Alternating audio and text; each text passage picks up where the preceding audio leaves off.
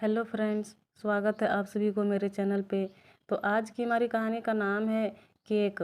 कहानी अच्छी लगे तो वीडियो को लाइक, सब्सक्राइब और शेयर ज़रूर करिएगा। अब कहानी को शुरू करते हैं। कॉल बेल बजने का इंतज़ार करते हुए मैं बेचैनी से अखबार पढ़ रहा था। रेखा और बच्चे कभी भी लौटकर आ सकते थे। दरअसल मुझे उन लोगों के, खास तौर से अपनी बच्चियों श्वेता और स्नेहा के चेहरे पर दमकती खुशी देखने की उत्सुकता थी। खुशी की वजह थी क्रिसमस केक का खरीदना। यूँ हम लोग कोई ईसाई नहीं हैं, पर आज सुबह अचानक मेरे दिमाग में आया था कि सर्दियों की इन छुट्टियों में बच्चों को इस तरह कम से कम एक बार तो खुश किया ही जा सकता है।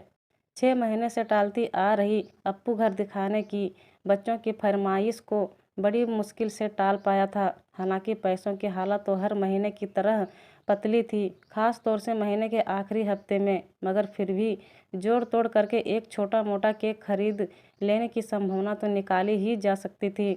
यह सोचा गया था इस हफ्ते की सब्जी में काफ़ी कटौती कर देंगे और ज़रूरत पड़ी तो एक आध दिन दूध की भी छुट्टी कर लेंगे। एक एक रुपये का हिसाब किताब कर लेने के बाद यह नतीजा निकला था कि 40-50 रुपये तक का केक किसी तरह खरीदा जा सकता है। इसलिए मैंने रेखा को सुबह से कई बार हिदायत दी थी कि 50 रुपये से ज़्यादा का केक किसी भी हालत में ना खरीदा जाए। हो सके तो 40 तक का ही ले लिया जाए। केक खरीदने के लिए घर से निकलते वक्त भी मैं अपनी यह हिदायत दोहराना भूला नहीं था। सोचा था कि दोपहर का खाना खाकर जब बच्चे सो रहे होंगे तो रेखा बाजार जाकर केक ले आएगी। मुझे हल्का सा बुखार था, इसलिए मेरा ना जाना ही ठीक था, पर शायद बच्चों को केक खाने की इतनी उत्सुकता थी कि वे 3 बजे के करीब ही उठ बैठे और केक की रट लगाने लगे। आखिर यही तय हुआ कि बच्चे भी रेखा के साथ ही बाजार जाएंगे। हालांकि इससे एक और समस्या यह पैदा हो सकती थी कि केक खरीदते समय बच्चे टॉफ़ी या चॉकलेट वगैरह के लिए ना मचल उठे। इसलिए रेखा को मैंने ख़ास तौर से यह कह दिया था कि केक के अलावा और कुछ नहीं खरीदना है। हालांकि पैसों की हालत रेखा भी मुझसे कोई कम अच्छी तरह नहीं जानती थी। अखबार पढ़ते हुए यह दृश्य मेरी आंखों के आगे बार बार कौंध जाता कि केक खाते हुए कि बच्चों के चेहरे से कैसी खुशी टपक रही है। तभी कॉलबेल बज उठी। घंटी बजने के तरीके से ही मैं समझ गया था कि रेखा और बच्चे आ गए हैं। मैं झटपटाकर उठा और बाहर आकर मैंने जल्दी से दरवाजे की कुंडी खोल दी। मैं उम्मीद कर रहा था कि दरवाज़ा खोलने पर खुशी के दमकते हुए 3 चेहरों से मुलाकात होगी, पर ऐसा ना हुआ। 3 चेहरे मेरे सामने थे तो सही, मगर तीनों के तीनों बुझे हुए थे। जहाँ बच्चों के चेहरे गुमसुम थे, रेखा के चेहरे से वेदना टपक रही थी। क्या हुआ? मैंने अधीरता से पूछा। जवाब में रेखा ने कुछ नहीं कहा और अंदर कमरे की ओर चल दी। मैंने अब श्वेता को लक्ष्य कर अपना सवाल दोहराया, पर वह भी रुआंसी शक्ल लिए दूसरी ओर मुंह फेरकर खड़ी हो गई। अब सिर्फ नेहा ही बची थी जिसे कुछ पूछा जा सकता था, पर 3 साल की बच्ची मुझे किस हद तक सही जवाब दे सकेगी, इसमें शक था। लेकिन फिर भी मैंने उससे पूछ ही लिया, बताओ नेहा, क्या हुआ? केक नहीं लाए? मम्मी ने लेकर ही नहीं दिया। नेहा ने नाराज़गी भरे स्वर में उत्तर दिया। क्यों? मेरे इस सवाल पर नेहा पता नहीं कि मुद्रा में हाथ हिला दिए और फिर हल्की हल्की सिसकियाँ लेने लगी। अब घर के अंदर जाने के अलावा और कोई चारा नहीं था। मैंने दरवाजे की कुंडी बंद की और अंदर बेडरूम की ओर चल पड़ा, जिधर रेखा गई थी। रेखा बेड पर दूसरी ओर मुंह किए लेटी थी। कमरे में मेरे आने की आहट सुनकर भी वह उसी तरह लेटी रही। मैं 1-2 पल चुपचाप खड़ा रहा। फिर मैंने रेखा से पूछा, क्या हुआ? केक क्यों नहीं लाई? रेखा एकदम झटके से उठ बैठी, फिर गुस्से और दुख के मिले जुले स्वर में कहने लगी, इन लोगों के साथ हाल है कोई बाहर जाने का। मोहन कन्फेक्शनरी की दुकान पर पहुंचने से पहले ही रास्ते में 6 दुकानों के आगे रुककर तरह तरह की फरमाइशें करने लगी। किसी तरह घसीटकर मोहन कन्फेक्शनरी पर ले गई तो वहाँ केक खरीदने से पहले ही दोनों फरमाइशें करने लगी। कोई चॉकलेट मांगे तो कोई वेफर्स मांगे, कोई छोटी मोटी चीज़ ले देनी थी। अपने उदार दिल को वशीभूत हो मैं यह कह तो बैठा, पर तभी अचानक यह याद आ जाने पर कि रेखा के पास गिने चुने रुपये ही तो थे। मुझे अपने कहे पर पछतावा होने लगा। पैसे ही कितने थे मेरे पास, 50 का नोट ही तो लेकर गई थी। फिर केक लिया क्यों नहीं? 50 क्या, वहाँ तो 150 से 200 तक के केक मिल रहे थे। 45 रुपये का एक केक मैं खरीदने लगी थी, पर यह दोनों कोई दूसरा केक खरीदने की जिद करने लगी। अब वह दूसरा केक 60 रुपये का था। अब क्या करती? वह केक भी छोड़कर आ गई। कहते कहते रेखा की आवाज़ नम हो गई। मैं अच्छी तरह महसूस कर पा रहा था कि इस सारे प्रकरण में रेखा को कितनी जिल्लत बर्दाश्त करनी पड़ी होगी।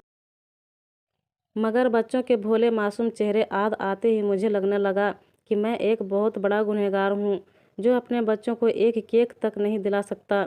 अब एक ही चारा था कि घर में पड़े 200 रुपये में से कुछ और रुपये रेखा को दे दूं और कहूं कि बच्चों की पसंद वाला केक ले आए। पर तभी दिमाग ने चेतावनी दी कि ऐसा करके केक तो आ जाएगा, पर 31 तारीख को तनख्वाह मिलने तक के बाकी खर्चे कैसे चलेंगे? 200 रुपये में एक हफ्ते तक के सब्जी, दूध, बस के किराए वगैरह के खर्च कैसे निपट पाएंगे? उन खर्चों को जहाँ तक हो सके कम से कम मान कर ही तो आज केक खरीद पाने की हिम्मत जुटाई थी। यहाँ तक कि तनख्वाह वाले दिन शाम को दफ्तर से लौटने के लिए भी अपनी तनख्वाह में से बस का किराया निकालने की ज़रूरत थी। तभी अचानक मेरे दिमाग में एक बात कौंधी। क्रिसमस तो खैर सभी नहीं मनाते, पर एक हफ्ते बाद जो नया साल आने वाला है उसे तो सभी मनाते हैं ना। क्यों ना आज के बदले 31 दिसंबर की शाम को नया साल आने की खुशी में केक खरीदा जाए। उस दिन तो नई नई तनख्वाह मिली होने पर आराम से केक खरीदा जा सकेगा। तब तो 60 का क्या 70-80 तक का केक ले लेंगे। यही सोच मैंने श्वेता और स्नेहा को अपने पास बुलाया और समझा दिया कि अब हैप्पी न्यू ईयर पर अच्छा सा केक लेंगे। बच्चे मेरी यह बात सुनकर खुश हो गए और फिर खेलने में मस्त हो गए।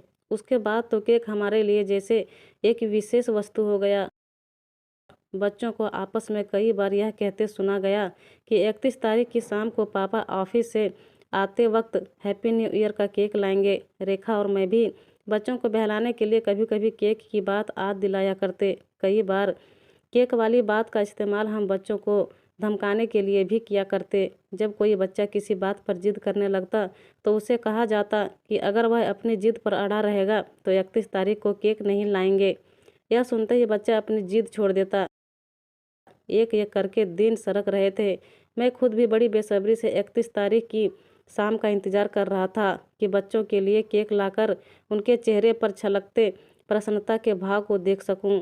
मैंने तो यह भी सोच लिया था कि मैं 50 क्या 100 रुपये तक का केक लेता आऊँगा। कौन सा रोज़ रोज़ खरीदना है। करते करते आखिर 31 तारीख आ ही गई। दफ्तर में अपनी सीट पर बैठे बैठे भी मेरा ध्यान बार बार केक खरीदने की बात पर चला जाता।